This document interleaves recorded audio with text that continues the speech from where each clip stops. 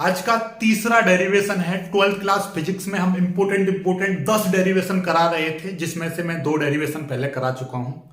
जिन्होंने वो 2 डेरिवेशन नहीं देखे वो देख लेना, उसकी लिंक में डिस्क्रिप्शन में लगा दूंगा दोनों की, डेरिवेशन 1 डेरिवेशन 2। आज का डेरिवेशन क्या है? समांतर प्लेट संधारित्र क्या है? डिस्प्ले पर दिखाई दे रहा होगा। समांतर प्लेट संधारित्र क्या है? समांतर प्लेट संधारित्र की धारिता का व्यंजक स्थापित कीजिए। ओके, ठीक है, कोई दिक्कत नहीं है। अब पहले समांतर प्लेट संधारित्र की थ्योरी लिखेंगे, फिर उसके बाद में आपको क्या एक मस्त सा डेरिवेशन करके दिखाएंगे। डेरिवेशन में पर्याप्त थ्योरी, देखिए ये बहुत बड़ी थ्योरी इतनी दिखाई दे रही है ज्यादा, लेकिन ये थ्योरी ज्यादा नहीं है। ज्यादा क्यों नहीं है? क्योंकि किताबों में देखोगे तो बहुत बड़ी बड़ी थ्योरी है, लेकिन मैंने जो काम की बातें हैं, क्योंकि ये 5 नंबर का डेरिवेशन आएगा, तो 5 नंबर में जितनी बातें आपको लिखनी चाहिए उतना तो बोर्ड में लिख के आओ, ताकि आपका नंबर बढ़े नहीं तो कटे भी नहीं। समझ रहे हो बात को? चलिए, तो पहले समांतर प्लेट संधारित्र को समझते हैं। समांतर प्लेट संधारित्र क्या होता है? समांतर प्लेट संधारित्र यानी कि जिसमें समांतर प्लेटें होती हैं और इनके बीच में कोई माध्यम रखा होता है, बस इतनी सी बात है। माध्यम वायु भी हो सकती है, वायु हो या कोई और मोम, कागज का टुकड़ा, लकड़ी का टुकड़ा, कांच का टुकड़ा, कुछ कोई भी माध्यम हो सकता है, धातु रख दो, ठीक है। तो इसके द्वारा जो बना निकाय है उसको कहते हैं समांतर प्लेट संधारित्र। तो क्या है थ्योरी? देखिएगा, समांतर प्लेट संधारित्र की थ्योरी क्या, बहुत ही प्यारी सी थ्योरी है कि 2 समतल तथा समांतर धातु की प्लेटों, क्या बोला था? धातु की प्लेटें, समतल व समांतर धातु की प्लेटों तथा उनके बीच कोई माध्यम से बने निकाय को हम समांतर प्लेट संधारित्र कहते हैं। देखो यही लिखा है, 2 समतल तथा समांतर धातु की प्लेटों एवं उनके बीच स्थित वैद्युत रोधी माध्यम से बने निकाय को समांतर प्लेट संधारित्र कहते हैं। मतलब आपसे कोई पूछ ले कि समांतर प्लेट संधारित्र क्या है, तो आप क्या जवाब दोगे? सर, समांतर प्लेट संधारित्र एक निकाय होता है जिसमें 2 समतल व समांतर धातु की प्लेटें होती हैं, या जिसमें 2 धातु की, या 2 धातु नहीं, 2 प्लेटें धातु की होती हैं जो समतल होती हैं और समांतर होती हैं, और इनके बीच में कोई माध्यम भरा होता है। तो एक ऐसा निकाय होता है। क्या होता है? एक निकाय होता है जिसमें 2 प्लेटें होती हैं, दोनों प्लेटें समांतर होती हैं और दोनों प्लेटें समतल होती हैं, और इनके बीच में एक माध्यम भरा होता है। 3-4 बातें आपको बोल देनी है। ओके, काम करना। समांतर प्लेट संधारित्र की परिभाषा हो गई, ठीक। अब इसके देखिए डेरिवेशन के लिए कि समांतर प्लेट संधारित्र की धारिता के लिए व्यंजक, ठीक है। ये हमने देखिएगा चित्र बनाया है। चित्र में क्या, जो चित्र को समझ गया वही थ्योरी को समझेगा। देखिएगा इसमें क्या है कि हमारे पास में 2 प्लेटें हैं, एक्स और वाई, 2 कैसी समतल व समांतर प्लेटें हैं। समतल हैं और समांतर रखी हुई हैं एक दूसरे जैसे, ये ठीक है। ये समझो, ऐसे 2 प्लेटें हैं, दोनों एक दूसरे से d दूरी पर रखी हुई हैं, और इनकी क्षेत्रफल, प्लेटों का जो क्षेत्रफल है वो कितना है? a है। क्षेत्रफल, एरिया यानी कि a है, ठीक है। तो यही चीज लिख दी हमने। क्या बोला था? हमारे पास 2 समांतर, 2 धातु, हमारे पास 2 समतल प्लेटें हैं, या हमारे पास धातु की 2 समांतर प्लेटें, समांतर और समतल प्लेटें हैं। तो यही लिख दिया हमने। देखिए क्या लिख दिया, माना हमारे पास धातु की 2 समतल प्लेटें हैं। समतल प्लेटें एक्स व वाई हैं, समतल, और साथ में आप लगाना चाहो तो समांतर भी लगा दो। समांतर को मान लो बोली, क्योंकि समांतर तो ये रखी हुई है, बस इतना लिख दो। माना हमारे पास धातु की 2 प्लेटें एक्स और वाई हैं। एक्स और वाई हमारे पास 2 प्लेटें हैं, ठीक है। समझ में आ गई बात? पहली बात देखो, थ्योरी को ऐसे ही समझ लो। हमारे पास धातु की 2 समतल प्लेटें एक्स और वाई हैं, जिनके बीच की दूरी d है, जिनके बीच की दूरी d है, तथा इनका क्षेत्रफल या प्लेट का क्षेत्रफल, तथा प्लेट का क्षेत्रफल a है, या प्रत्येक प्लेट का क्षेत्रफल a है। तो क्या बोल दिया? इनके बीच की दूरी, यानी कि हमारे पास 2 प्लेटें हैं जिनके बीच की दूरी d है, बीच की दूरी d है। ये कितनी छोटी दूरी पर रखे हुए हैं, एक दूसरे से कुछ दूरी पर रखे हुए हैं, और इन प्लेटों का क्षेत्रफल कितना है? प्लेटों का क्षेत्रफल ए है। ठीक है, इतना तो लिख दिया।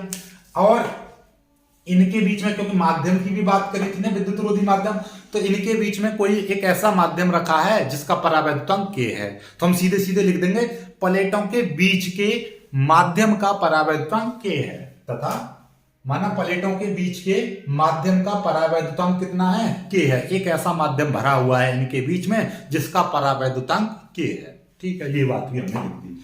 3 लाइन तो हमने ऐसे बढ़ा दी थ्योरी में। ठीक है, कुछ हुआ? ठीक है, क्या क्या हुआ एक बार देखो, मैं और आपको रिवाइज करा दूं। हमारे पास धातु की 2 समतल प्लेटें x और y हैं, जिनके बीच की दूरी d और प्लेटों का क्षेत्रफल a है। प्लेटों के बीच के माध्यम का परावैद्युतांक k है। ठीक है, अब हमारे पास कोई स्रोत है। अब होता क्या, बेसिकली पहले इसकी क्रियाविधि समझ लो। होता क्या है संधारित्र में, होता क्या है? स्रोत से हमने +q कूलम आवेश, यानी प्लेट x को किसी स्रोत से +q कूलम आवेश देते हैं, तो ये प्लेट x की भीतरी सतह पर समान रूप से वितरित हो गया, यानी कि ये जो +q आवेश था ये समान रूप से वितरित हो गया। और जैसे ये वितरित हुआ तो पारस्परिक प्रेरण प्रभाव द्वारा, इंडक्टेंस द्वारा, पारस्परिक प्रेरण प्रभाव द्वारा इसके पास रखी दूसरी प्लेट पर उतना ही ऋण आवेश उत्पन्न हो गया भीतरी सतह पर। यानी कि जैसे ही हमने इस प्लेट को, इस वाली x प्लेट को, जैसे 2 प्लेट रखी हुई हैं और हमने क्या करा, इस वाली प्लेट को मैं आवेश दे रहा हूं, तो जैसे ही मैं इस वाली प्लेट को आवेश दूंगा तो ये आवेश इसकी यहां से आवेश देगा, तो इस पर बाहरी रूप, यानी इसके अंदर वाली सतह पर समान रूप से वितरित हो गया ये आवेश, यानी सब पे वितरित हो गया। और इस पर जैसे वितरित हुआ तो इसके पास में रखी दूसरी प्लेट पर उतना ही विपरीत आवेश उत्पन्न हो गया प्रेरण प्रभाव द्वारा। किस प्रभाव द्वारा? प्रेरण प्रभाव द्वारा। इस प्लेट के आवेश के कारण इस वाली प्लेट पर विपरीत आवेश उत्पन्न हो गया, यानी कि इसके भीतरी सतह पर ऋण आवेश, जैसे कि एक प्लेट, इसको मैंने +q कूलम आवेश दिया, ये इस पर फैल गया, और इसके पास रखी दूसरी प्लेट पर उतना ही ऋण आवेश उत्पन्न हो गया, और इस प्लेट की भीतरी सतह, बाहरी सतह पर उतना ही धनावेश उत्पन्न हुआ। लेकिन होता क्या है, उतना ही धनावेश उत्पन्न हो गया, इस प्लेट y की बाहरी सतह को मैंने पृथ्वी से जोड़ दिया। किससे जोड़ दिया? पृथ्वी से जोड़ दिया। तो ये सारा धनावेश किस में चला गया? पृथ्वी में चला गया। पृथ्वी में चला गया मतलब क्या हुआ कि पृथ्वी में बहुत सारे अनंत इलेक्ट्रॉन होते हैं, यानी कि पृथ्वी में बहुत सारे अनंत इलेक्ट्रॉन हैं, तो वो इलेक्ट्रॉन इस आवेश को क्या कर लेंगे, अपनी ओर खींच लेंगे, यानी कि क्या हो जाएगा, ये आवेश उन इलेक्ट्रॉनों द्वारा निरावेशित हो जाएगा, यानी कि एक धनावेश एक पृथ्वी के इलेक्ट्रॉन द्वारा 0 हो जाएगा, निरावेशित हो जाता है। तो कभी देख रहा है जब तेज बिजली आती है तो हम क्या कर देते हैं, उसको अर्थ कर देते हैं, अर्थ यानी बड़ी बड़ी बिल्डिंगों को अर्थ कर देते हैं ताकि बिजली ना उड़े, यानी कि सारा जितना भी आवेश उसमें आए तो वो तार द्वारा किस में चला जाए, पृथ्वी में चला जाता है। यानी पृथ्वी में अनंत इलेक्ट्रॉन होते हैं, तो पृथ्वी की धारिता कितनी अनंत है, इलेक्ट्रॉनों को अनंत है उसकी धारिता, यानी कितना भी धनावेश दे दो उस पर कोई फर्क नहीं पड़ेगा। ठीक है, तो वही हुआ। तो वही थ्योरी आपको लिख देनी है यहां पर। देखिए क्या थ्योरी है, जब प्लेट x को किसी स्रोत से +q कूलम आवेश दिया जाता है तो प्रेरण द्वारा प्लेट y की भीतरी सतह पर -q कूलम आवेश उत्पन्न हो जाता है। देखिए भीतरी सतह पर -q तथा बाहरी सतह पर +q कूलम आवेश उत्पन्न हो जाता है। देखो इस जैसी प्लेट x को +q कूलम आवेश दिया जाता है तो प्रेरण प्रभाव द्वारा प्लेट y की भीतरी सतह पर -q और प्लेट बाहरी सतह पर +q आवेश उत्पन्न हो जाता है। ठीक है, उत्पन्न हो गया। प्लेट y की बाहरी सतह को पृथ्वी से जोड़ देते हैं, जिससे बाहरी सतह का +q आवेश पृथ्वी के इलेक्ट्रॉनों द्वारा निरावेशित हो जाता है। या आप लिख सकते हो कि प्लेट बाहरी सतह का +q आवेश पृथ्वी में चला जाता है। या तो ये लाइन लिख दो या लिख दो प्लेट यानी बाहरी सतह का, प्लेट y की बाहरी सतह का आवेश पृथ्वी की बाहरी सतह को पृथ्वी से जोड़ देते हैं, जिससे बाहरी सतह का आवेश पृथ्वी में चला जाता है। ऐसे लिख दो, या पृथ्वी के इलेक्ट्रॉनों द्वारा निरावेशित हो जाता है। समझ में आ गई बात? बस इतनी थ्योरी लिखनी है, कोई थ्योरी ज्यादा हार्ड है? कुछ भी हार्ड नहीं है। देखो एक बार और रिवाइज करा दूं आपको। क्या था कि जब प्लेट x को किसी स्रोत द्वारा प्लस क्यू कूलम आवेश दिया जाता है तो प्रेरण प्रभाव द्वारा प्लेट वाई की भीतरी सतह पर माइनस क्यू कूलम तथा बाहरी सतह पर प्लस क्यू कूलम आवेश उत्पन्न हो जाता है। प्लेट वाई की बाहरी सतह को पृथ्वी से जोड़ दिया जाता है, जिससे बाहरी सतह का प्लस क्यू कूलम आवेश पृथ्वी में चला जाता है, अर्थात पृथ्वी के इलेक्ट्रॉनों द्वारा निरावेशित हो जाता है। तब प्रत्येक प्लेट पर आवेश घनत्व, ठीक है, ये थ्योरी लिख लीजिए, फिर यहां से ही मैं स्टार्ट करूंगा, ठीक है, यहां से, ठीक, चलिए जल्दी से कर लीजिए, यहां तक कर लीजिए, बहुत जल्दी यहां तक कर लीजिए, फिर मैं ऊपर से ही मिटा के करूंगा, ठीक है, जल्दी से कर लीजिए, इसका स्क्रीनशॉट ले लीजिए, बहुत जल्दी स्क्रीनशॉट ले लीजिए, ठीक है। मेरे साथ प्रत्येक प्लेट पर आवेश घनत्व, क्योंकि भैया आवेश इस पर फैला हुआ है तो आवेश घनत्व निकालना पड़ेगा, ठीक है, चलिएगा। क्योंकि ये प्लेट समतल है, यदि लंबाई वाली प्लेट होती, ठीक है, देखिए, यदि प्लेट ऐसी होती, सीधी होती, उस पर कोई, यानी कि ये कोई तार होता, तो हम निकालते रेखीय आवेश घनत्व। क्योंकि इस प्लेट का क्षेत्रफल भी है तो हम निकालेंगे क्षेत्रफलीय घनत्व, यानी कि पृष्ठ घनत्व। तो प्रत्येक प्लेट का पृष्ठ घनत्व, तो लिख देंगे प्रत्येक प्लेट के आवेश का पृष्ठ घनत्व सिग्मा बराबर क्यू बट्टे ए, यानी कि एकांक क्षेत्रफल में आवेश की मात्रा को हम बोलते हैं पृष्ठीय घनत्व या क्षेत्रफलीय घनत्व, और यहां पे एल लगा देते तो हो जाता लंबाई वाला घनत्व, यानी रेखीय आवेश घनत्व। ये है पृष्ठीय घनत्व, ठीक है, पृष्ठीय आवेश घनत्व, ठीक है। चलिएगा, आवेश का पृष्ठ घनत्व, ठीक, ये हो गया। अब देखिएगा, आपको हम बताएं, ये आपका गॉस के नियम से काफी ज्यादा अनुप्रयोग थे कि जब कोई आवेशित तार होता है, या आवेशित तार नहीं, आवेशित प्लेट होती है, आवेशित, देखिए सुनिए, एक हमने इससे पहले वाले डेरिवेशन में यही तो कराया था कि आवेशित तार के कारण, यदि आवेशित तार है उसके द्वारा किसी बिंदु पर विद्युत क्षेत्र की तीव्रता कितनी होती थी, E बराबर 1/4 पाई एप्सिलॉन 0 2 लैम्डा बट्टे आर, यही था ना, 2 लैम्डा बट्टे आर, ठीक है, लैम्डा था रेखीय आवेश घनत्व। अब आ रही है बात, यदि कोई प्लेट है, समतल प्लेट है जिसका कुछ क्षेत्रफल है, तो उसके द्वारा किसी बिंदु पर विद्युत क्षेत्र की तीव्रता निकलती है सिग्मा बट्टे के एप्सिलॉन 0, सिग्मा बट्टे के एप्सिलॉन 0। एक बार मैं चेक कर लेता हूं, सिग्मा बट्टे के एप्सिलॉन 0 यही होता है, क्या होता है, ई बराबर सिग्मा अपॉन के एप्सिलॉन 0। के क्या होता है, इस परा, यानी कि यहां पे जो माध्यम भरा हुआ है उसका परावर्तनांक, यदि के नहीं है तो डायरेक्ट सिग्मा बट्टे एप्सिलॉन 0 ये होता है, ठीक है। तो वही काम हम करने जा रहे हैं यहां पर, तो ये चीज आपको पता होनी चाहिए, कुछ फॉर्मूले आपको पता होने चाहिए। तो आप लिख देंगे प्लेटों के बीच किसी बिंदु पर विद्युत क्षेत्र की तीव्रता, यानी इन दोनों प्लेटों के बीच, तो ठीक है, दोनों प्लेटों के बीच विद्युत क्षेत्र की तीव्रता, तो E बराबर हो जाएगा क्या, सिग्मा अपॉन के एप्सिलॉन 0, ठीक है, ये होता है E बराबर, सिग्मा की वैल्यू ये है, तो E बराबर क्या हो जाएगा, E बराबर हो जाएगा आपका सिग्मा की वैल्यू क्यू बट्टे ए लिख दिया सिग्मा की वैल्यू, नीचे के एप्सिलॉन 0 है, तो ये हो जाएगा आपका E बराबर क्यू बट्टे ए के एप्सिलॉन 0। समझ में आई बात, नहीं आई, कहां से, ये सिग्मा की वैल्यू क्यू बट्टे ए लिख दिया, तो E बराबर एप्स, यानी कि सिग्मा अपॉन के एप्सिलॉन 0 था, तो सिग्मा की वैल्यू क्यू अपॉन ए, सिग्मा क्या है यहाँ पर, पृष्ठ घनत्व का मान क्यू बट्टे ए होता है, ये आ गया, इसको समीकरण 1 लिख दो, ठीक है। और हम जानते हैं कि जब दो प्लेटें होती हैं और उनके बीच में आवेश भरा हुआ है, तो उसके बीच का जो वैद्युत विभव है वो कितना होता है और वैद्युत क्षेत्र की तीव्रता कितनी होती है, तो लिख देंगे हम जानते हैं,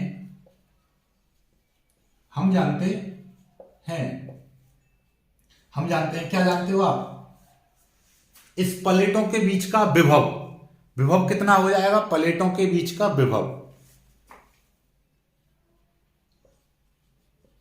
प्लेटों के बीच का विभव V बराबर E इंटू डी। क्या होता है? E into D. प्लेटों के बीच का विभव कितना हो गया? E इंटू डी, ये हो गया। ठीक, चलिएगा। तो प्लेटों के बीच का विभव हो गया E इंटू डी, ये होता है आपका। क्या होता है भाई?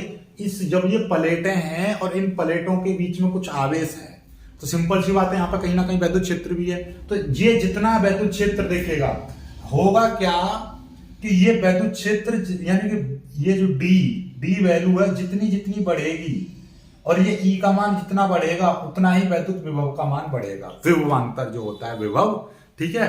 या फिर आप ऐसा कहिएगा कि इतने का मतलब ये है, या फिर आपका एक फॉर्मूला और होता है, आप ऐसा समझिएगा, ई बराबर V बट्टे डी होता है। ये कौन सा फॉर्मूला है कि भैया जब दो धनावेशित और ऋणावेशित आपस में प्लेटें हैं जो एक दूसरे से d दूरी पर रखी हुई हैं, तो उन प्लेटों का जितना विभव होगा, उतना ही, जितना ज्यादा विभव होता है उतना ही उनके बीच वैद्युत क्षेत्र होता है। ये भी बात समझ लो, जितना ज्यादा आवेश होगा उतना ही इनके बीच में वैद्युत क्षेत्र उतना ज्यादा होगा। लेकिन जैसे जैसे दूरी को हम कम करते चले जाएंगे, यानी कि इनको जितना पास लाते चले जाएंगे, उतना ही वैद्युत क्षेत्र बढ़ता जाएगा। और जितना ही इन प्लेटों को दूर हटाते जाएंगे, उतना ही ये वैद्युत क्षेत्र क्या होता चला जाएगा? कम होता चलाया जाएगा। तो इन प्लेटों के बीच, यानी दोनों आवेशित प्लेटों के बीच का वैद्युत क्षेत्र की जो तीव्रता होती है वो V अपॉन डी पर निर्भर करती है, अर्थात इन प्लेटों के बीच के विभव पर और इनके बीच की दूरी पर निर्भर करती है। अर्थात E बराबर V अपॉन डी होता है। तो यहीं से प्लेटों के बीच का जो विभव है वो कितना हो जाएगा? E into D. डी इधर चला जाएगा तो E इंटू डी। तो ये फॉर्मूला कहां से आया? तो आप इसका लिखना चाहो तो इस साइड में लिख देना, कहीं पीछे की साइड में लिख देना, कहीं दूर को, जहां पे आपका पेज मिल रहा है। चूंकि E बराबर होता है V बट्टे डी, ये लिख देना आप, ठीक है। E बराबर V अपॉन डी, ठीक है। ये लिख देना अपने साइड में कहीं पर भी, ऐसे यहीं पर बने ना, ऐसे करके लिख देना कि E बराबर क्या होता है? V अपॉन डी होता है। तो उस फॉर्मूले से विभव बराबर क्या आ गया? E इंटू डी आ गया, ठीक है। अब E का मान समीकरण 1 से E का मान यहां पर रख देंगे तो क्या हो जाएगा? V बराबर E का मान समीकरण 1 से रख दो तो ये E का मान कहां है? ये रहा। Q यहां पे लिख दो, आप लिखना चाहो तो E का मान, E का मान समीकरण 1 से E का मान रखने पर, तो V बराबर E का मान कितना? Q बट्टे A के एप्सिलॉन 0 और इंटू डी। तो V बराबर आ गया आपका Q डी बट्टे A के एप्सिलॉन 0, इतना आ गया V बराबर। ये तो इन प्लेटों के बीच का विभव आ गया, ठीक है। हमको क्या चाहिए? प्लेटों के बीच में धारिता चाहिए। भाई समांतर प्लेट संधारित्र की धारिता चाहिए, तो यानी कि इनकी धारिता चाहिए। तो धारिता क्या हो जाएगी? धारिता आपका फॉर्मूला आप जानते हो, प्लेटों के बीच की धारिता, ठीक है। यहां पे लिख दे रहा हूं, इसके नीचे लिखना है प्लेटों के बीच धारिता C बराबर, देखिए आपने एक फॉर्मूला पढ़ा होगा, Q बराबर CV, Q बराबर CV। तो C बराबर क्या हो जाएगा? Q बट्टे V। क्या हो जाएगा? Q बट्टे V, ठीक। चलिएगा, Q बट्टे V हो गया। तो देखिएगा Q तो ये रहा, V का मान ये रहा, ठीक है। तो Q बट्टे V की वैल्यू कितनी है? Q डी बट्टे A के एप्सिलॉन 0। तो Q डी अपॉन A के एप्सिलॉन 0 दिखाई दे रहा है? नहीं दिखाई दे रहा? चलिए दिखाई दे रहा है, ओके। अब देखिएगा ये V की वैल्यू आ गई। अब होगा क्या कि ये देखिएगा, इसका मतलब ये जो नीचे वाली चीज है ये ऊपर चली जाएगी। तो ये होगा क्या? Q इंटू A के एप्सिलॉन 0 अपॉन नीचे आ जाएगा Q डी नीचे रहेगा, नीचे वाली चीज ऊपर चली जाती है। क्यों? क्योंकि देखिएगा A बट्टे B और बट्टे C अपॉन डी होता है, तो इसकी मल्टीप्लाई इसमें और नीचे वाले की हमेशा ऊपर वाले में होती है, क्योंकि यहाँ पे तो ऊपर एक ही वैल्यू है, तो नीचे वाले की ऊपर चली जाएगी। ये हो गया। अब देखिएगा Q से ये वाला Q कट जाएगा, तो कितना आ जाएगा? ये वैल्यू आपकी आ जाएगी, देखिए यहाँ पे लिख दे रहा हूं मैं, यहाँ पे लिख दे रहा हूं। तो ये आ गया C बराबर, देखिए C बराबर ये और ये बराबर ये और ये बराबर ये। तो देखिएगा Q से Q कट गया, A के एप्सिलॉन 0 बट्टे डी, यानी कि एप्सिलॉन 0 A के बट्टे डी, ये आ जाएगा। और निर्वात वायु के लिए K बराबर लगाएंगे 1, तो लिख देंगे निर्वात या वायु के लिए k बराबर 1, तो c बराबर क्या आ जाएगा, एप्सिलॉन 0 a बट्टे d। ये आ गया, जहां पे एप्सिलॉन 0 क्या है, एक नियतांक है, a क्या है, प्लेटों का क्षेत्रफल है, और d क्या है, प्लेटों के बीच की दूरी है।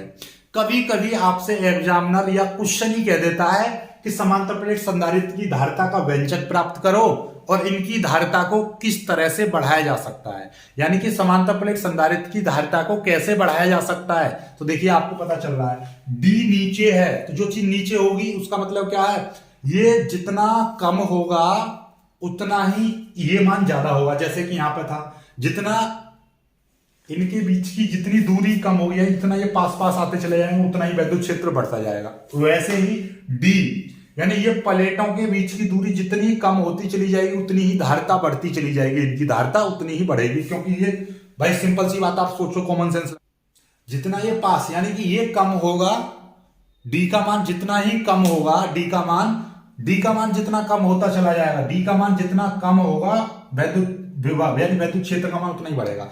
वही काम यहां पे हो रहा है, क्योंकि ये इनवर्सली प्रोपोर्शनल आ रहे हैं। यानी देखिए क्षेत्रफल, यानी इनका प्लेटों का क्षेत्रफल जितना ज्यादा होगा धारिता भी उतनी ही ज्यादा होगी। यानी प्लेट जितनी ज्यादा बड़ी होंगी तो आवेश भी उतना ज्यादा संचित होगा, और संचित ज्यादा होगा तो इनकी धारिता भी बढ़ेगी। यानी कि किसी संधारित्र, समांतर प्लेट संधारित्र की जो प्लेटें हैं उनका क्षेत्रफल यदि बढ़ा दिया जाए तो संधारित्र की धारिता बढ़ जाती है या धारिता बढ़ने लगती है। जैसे जैसे क्षेत्रफल बढ़ाते जाओगे वैसे वैसे धारिता बढ़ने लगेगी। और इन बीच की दूरी को जितना कम करते चले जाओगे धारिता उतनी ही बढ़ती चली जाएगी, और बीच की दूरी को जितना बढ़ाते चले जाओगे, जितना दूर करते चले जाओगे, धारिता उतनी कम होती चली जाएगी। तो मतलब क्या है कि इनकी इस संधारित्र की धारिता को बढ़ाने के लिए क्या करना पड़ेगा, प्लेटों का क्षेत्रफल ज्यादा लो और बीच की दूरी कम लो। ठीक है, तो ये आपका हो गया काम खत्म। यानी प्लेटों के बीच की दूरी जितनी कम होगी धारिता उतनी ज्यादा होगी, और प्लेटों का क्षेत्रफल जितना ज्यादा होगा धारिता उतनी ज्यादा होगी। ठीक है, तो ये आ गया समांतर प्लेट संधारित्र। तो इसका मात्रक लिख देना फेराड। मात्रक क्या बनेगा, फेराड। ठीक है, ऐसे करते चले जाना, ऐसे करते चले जाना, ऐसे करते चले जाना, इसके नीचे लिखना, फिर इसके नीचे लिखना, फिर इसके नीचे ये लिखना, फिर ये काम खत्म। समझ में आई बात, नहीं आई? चलिए कर लीजिए। बहुत ही प्यारा derivation, Lallan top derivation. I hope कि आपको सब कुछ समझ में आ गया होगा। आ गया है तो वीडियो को लाइक करना, अपने दोस्तों तक शेयर करना और चैनल को सब्सक्राइब जरूर कर लेना। मिलेंगे खुश वीडियो में, तब तक के लिए बाय बाय, जय हिंद।